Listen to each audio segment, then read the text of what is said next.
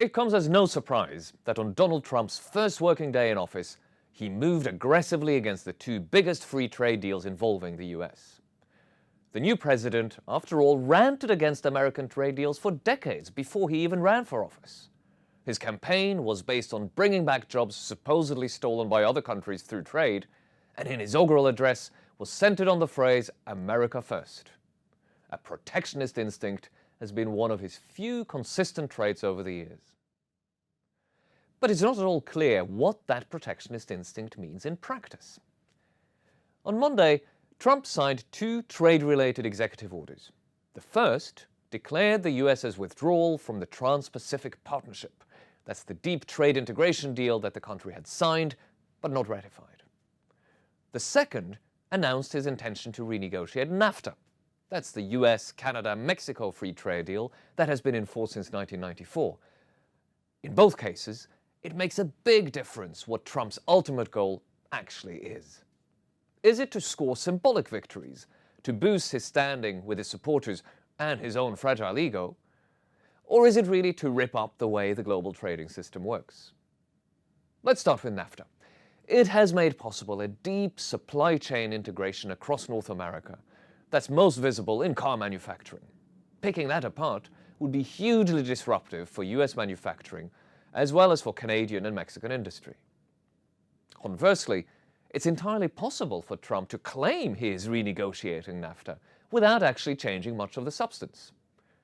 That's because it already has been renegotiated. That was in the context of TPP, which both Canada and Mexico signed up to.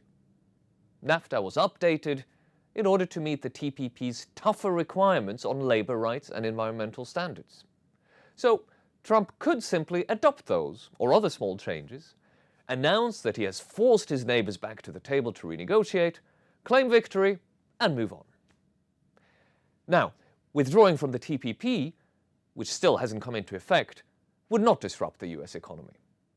But it would have substantive repercussions that go against even Trump's view of American interests.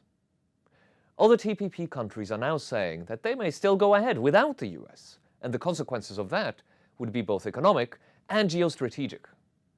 Deeper trade links would be forged across the Pacific, but with US businesses and workers left out of those bigger market opportunities.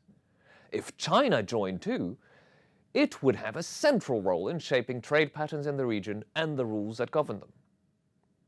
The most generous interpretation of Trump's approach to trade is that he thinks he can get more for the US by negotiating deals country by country than through multilateral efforts such as TPP and Nafta.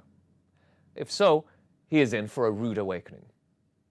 Access to the US market is a big prize for any country, but Trump has proved the US to be a less reliable negotiating partner than it was in the past.